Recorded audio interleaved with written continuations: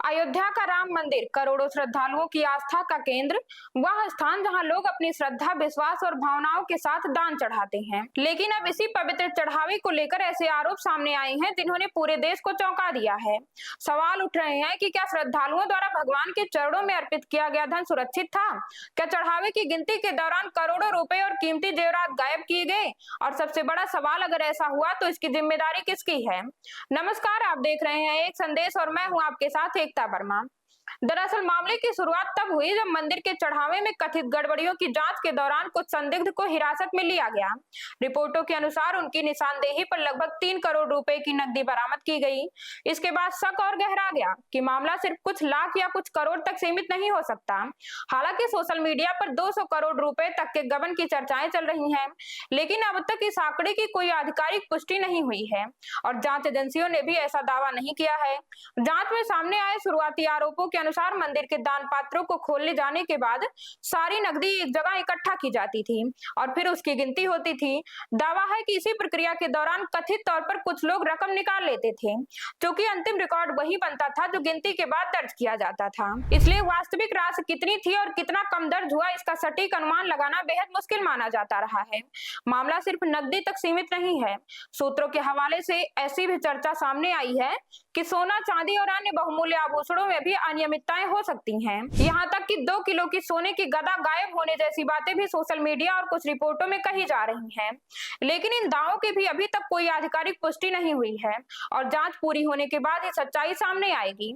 इस पूरे घटनाक्रम ने श्री राम जन्मभूमि तीर्थ क्षेत्र ट्रस्ट की कार्यप्रणाली पर भी सवाल खड़े कर दिए हैं।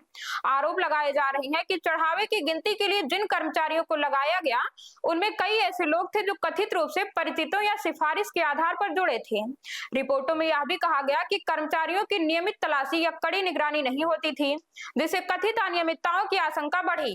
जांच को लेकर एक और बड़ा सवाल उठ रहा है कि क्या इतनी संवेदनशील जांच पूरी तरह निष्पक्ष तरीके से हो पाएगी, क्योंकि जिन लोगों की भूमिका पर सवाल उठ रहे हैं वे प्रभावशाली पदों पर रहे हैं। ऐसे में जांच एजेंसियों के सामने हर तथ्य को निष्पक्ष रूप से परखना एक बड़ी चुनौती माना जा रहा है। राजनीतिक गलियारों में भी यह मामला जोर पकड़ चुका है। अलग अलग दलों के नेताओं ने निष्पक्ष जांच और दोषियों के खिलाफ सख्त कार्रवाई की मांग की है। कुछ नेताओं ने ट्रस्ट की जवाबदेही पर सवाल उठाए हैं, जबकि अन्य का कहना है कि करोड़ों श्रद्धालुओं की आस्था से जुड़े इस मामले में किसी भी दोषी को बख्शा नहीं जाना चाहिए। बताया जा रहा है कि त्योहारों, वीकेंड और विशेष अवसरों पर मंदिर में चढ़ावे की मात्रा कई गुना बढ़ जाती थी। कुंभ और माघ मेले जैसे बड़े आयोजनों के दौरान श्रद्धालुओं की भारी भीड़ अयोध्या पहुंची, जिससे दान की राशि में भी उल्लेखनीय वृद्धि हुई। आरोप है कि इसी दौरान कथित गड़बड़ियां बड़े पैमाने पर हुई। हालांकि इन दावों की पुष्टि जांच पूरी होने के बाद ही हो सकेगी। इस पूरे विवाद में सबसे अहम बात यह है कि फिलहाल जांच जारी है और अंतिम निष्कर्ष आना बाकी है। कई आरोप सामने आए हैं, कई दावे किए जा रहे हैं, लेकिन उनकी सत्यता की पुष्टि आधिकारिक जांच के बाद ही होगी। इसलिए किसी भी संख्या या आरोप को अंतिम सच मानना जल्दबाजी होगी। आखिर में सवाल सिर्फ पैसों का नहीं है, बल्कि करोड़ों श्रद्धालुओं के विश्वास का है। मंदिर में चढ़ाया गया हर रुपया लोगों की आस्था और समर्पण का प्रतीक होता है। यदि जांच में किसी भी स्तर पर गड़बड़ी साबित होती है तो यह केवल आर्थिक अपराध नहीं, बल्कि जनभावनाओं को गहरी ठेस पहुंचाने वाला मामला होगा। देश अब इसी उम्मीद में है कि जांच पारदर्शी हो, सच्चाई सामने आए और यदि कोई दोषी है तो उसके खिलाफ कानून के अनुसार कठोर कार्रवाई की जाए।